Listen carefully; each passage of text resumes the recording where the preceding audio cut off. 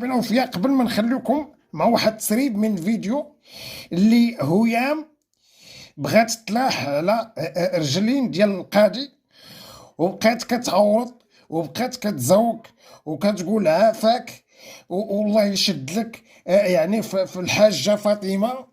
فهاد الشيء هذا اللي غادي نتكلموا عليه اليوم من داخل المحكمة. والله اخوتي المغاربة الى ما الله يعز الحكام، راه مادام كنقولوا الله يعز الحكام لان هاد السيده هادي كانت طغات وبقات كتعير في السلطات وبقات كتعير في سيدنا واجي تصنتو هيام اشنو كانت كدير اليوم داخل المحكمه اللي بكاو الغوت وكتطلب وكتزاوق وفي واحد اللحظه انها بغات يعني تحب الرجلين ديال سعاده القاضي. فلهذا اننا متابعين اوفياء بقات يعني كتعورط وكتغوت، فاكيد انه حنت على القاضي كانسانيين بقات فيه صراحه، يعني بقات فيه، واكيد انه اجل هذا الحكم الى الجمعه المقبله ان شاء الله. والله اخوتي المغاربه الى ما راه هذه النقطه هذه سطروا عليها. والله الله يعز الحكام، الله يعز السلطات. والله اخوتي المغاربه لما الله يعز السلطات. علاش؟ لان السيده دوزت واحد الفتره داخل السجن ودوزتها مع الساجنات كيفاش دوزت الحاله ديالها. ايوا اليوم جات مستعده انها كتعورض وكتزاوق وبغات تلوح على رجلين ديال القاضي وبقات تقول الله يعز السلطات وعاش الملك، ومشات الصوره ديال سيدنا وبقات كتقول عاش الملك. فعلا متابعين اوفياء، والله اخوتي المغاربه اذا ما شيء غريب اليوم اللي وقع داخل المحكمه فشيء غريب. خوتي المغاربه راه هذا الشيء هذا اللي كنا كنتمنوه.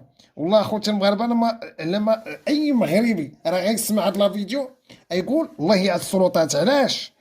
لان هاد السيده هادي ما خلات ما سبت، ما خلات ما عيرت، يعني ما خلات السلطات، ما خلات سيدنا. واليوم جات طايعه، اليوم جات كتبكي وكتقول سعاده القاضي انا بقى فيا الابن ديالي الصغير اللي هو امير، وبقات كتبكي عليه وبغات تلوح عليه ولا رجلو الله يشد لك في الحاجه فاطمه، وبقات كتعاورط وتزاوق. واكيد انه حنات على القاضي صراحه ديال الله كانسانيا، انسان متواضع وله الامور مضبوطه يعني في كل ما يعني في جميع المساطيل الحمد لله. فلهذا انه اجل لها الحكم الى الجمعه المقبله ان شاء الله. فمتابعين اوفياء راه هذاك الشيء اللي كنا كنتكلموا عليه داخل السجن الحمد لله راه عوض اولا ريقل الهيام.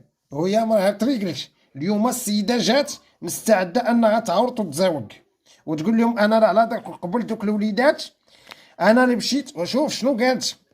راه هدف قالت على قبول دوك الوليدات وإلا مشيت حتى خرجت رانا والله تنهي الحياه ديالي، والله يعني حتى ندير راسي قنبه ونعلق راسي في شي شجره.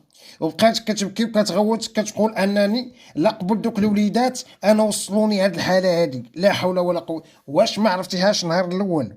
واش ما عرفتيش نهار الاول ان راه هذاك الشيء اللي كديري راه غيتم الاعتقال ديالك وهي الام ديالك ما تنهي فيك، وهي الاب ديالك كيقول لك راه فمك هو اللي غيدخلك للسجن وانت رجعتي للكلام ديالهم. فلهذا اننا متابعين اوفياء الحمد لله ان يعني عندها الزهر ان هذاك الشيء اللي دارت صدق صحيح. يعني السيده بقات كتغوت وكتبكي وكتقول انا ولادي غيتشتوا ليا وكل واحد يعني غيجي من ازواج ديالي وغيدي ليا ولدي بحكم انني توجدتهم وكبرتهم. ودوك الوليدات اللي كتكلم عليهم دابا عاد عرفتي بقيمتهم، حتى دخلتي للسجن عاد عرفتي بقيمه دوك الوليدات، عاد عرفتي القيمه ديال الحنان، عاد عرفتي بالقيمه ان دوك الوليدات راك كنتي معدي عليهم. فلهذا انني متابع اوفياء ان شاء الله في الجمعه المقبله ان شاء الله كاينه يعني الجلسه. واكيد انه واحد المعطيات اللي خرجات بها هيام كان في واحد المقطع من لا فيديو اكيد انه عدد كثير ديال الناس استمعوا له، هو انه تكلمات على الزوج ديالها اللي ملقب ببن العاده، واكيد انها كتقول عليه تكرفس على البنت الصغيره. والحمد لله راه الخبره الطبيه الان كدار هاد البنيته هادي. واكيد انه لا لقاو فعلا ان هذا الشخص هذا يعني دار هذا الشيء هذا ومرتكب هذه الكارثه العظمى، فاكيد انه غينال العقاب ديالو الشديد. ولا خوتي المغاربه لما غينال العقاب. ولكن الا كان يعني هاد التهم اللي تكلمات بهم وهذا الكلام اللي خرجات به هيام يعني غير كلام فضفاض، اكيد حتى هي غتنال العقاب ديالها، بخصوص ان الاتهامات اللي هي اتهامات خطيره وخطيره جدا. علاش خطيره؟ لان فيها من 15 سنه حتى ل 20 سنه بالنسبه للبولعاله. فلهذا انني كنقول متابع الاوفياء، اليوم كانت الجلسه اللي فاجاتنا، وفعلا كانت يعني جلسه كانت مغلقه، والقليل اللي كانوا حاضرين فالحمد لله، لان السيده انها بقات كطوع. وهذا وقيله كنقول انا راه من الفضل ديال ديك الافريقيه اللي تكلمنا عليها في واحد الفيديو السابق، ولا بالفضل ديال طامو.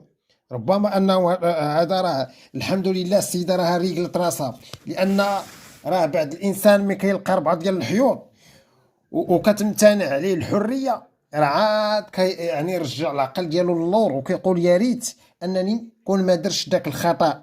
وعاد عرفت بالقيمه ديال السلطات. والله اخوتي المغاربه، والله كتقول يحيى القضاء، يحيى القضاء، وكتقولها وكتغوت هيام. والله اخوتي المغاربه انا شيء عليها كنقول لكم الله يعز الحكام. وشافت الصوره ديال سيدنا وبقات تقول عاش الملك، عاش سيدنا، الله ينصر سيدنا. ايوا شتي بالقيمه ديالو، عاد عرفتي القيمه ديالو. حتى لقيتي 4 ديال القطبان. وراه دابا هذا اللي كنتظروا منك هويا هو انك غتخرجي في المواقع ديالك او شي مقطع من لا فيديو وخرجي للمغاربه واعتذري، قولي انني كنت كندير شي اخطاء، بحكم ان كما اعتذرتي السيد القاضي وقلتي له انا ما كنتش في واحد الحاله طبيعيه بعد ما انني كان في واحد العصب. وتكلمات اليوم واعترفت وقالت لي مني كنت في العصب، فمشيت وشربت يعني بعض الممنوعات، ما بقيتش واعيه على راسي شنو كنقول، ما بقيتش واعيه على راسي على شنو كنقول. وفي نفس الوقت مني رجع لي الوعي فمحيت داك لا فيديو. مني محيتو لقيت الناس هزوا داك لا فيديو وتبارطاجا عبر المواقع التواصل الاجتماعي. راه هاد التصريحات هذه اكيد انها خرجات بها. ف متابعين الاوفياء، حنا اكيد اننا عرفنا الخطا اللي دارت هيام، وماشي خطا، دارت اخطاء. فاللي كنتمناو حنا كمغاربه هو انها تخرج وتعتذر، تعتذر من جميع المغاربه، وتعتذر من السلطات، وتعتذر من سيدنا. واكيد انه سيدنا ما غيستمعش ليها، حيت ما كيستمعش بحال هذا النوع هذا. فلهذا انا غادي نقول واحد الكلمه اللي هي مهمه جدا، هي ما خصهاش ترجع في هذه التفاهه، وما خصهاش تخرج يعني تتكلم في هذا الكلام اللي غير لائق. فلهذا انني كنقول الله يهديك وياه، وكنتمنى ان هذا الاعتذار ديالك ما يوليش انه يتكرر نفس الخطا. هادشي اللي كنتمناوه. اذا المستمعين الاوفياء متابعين افاضل، شكرا على حسن المتابعه. كان معكم نزار اجدي، والسلام عليكم ورحمه الله.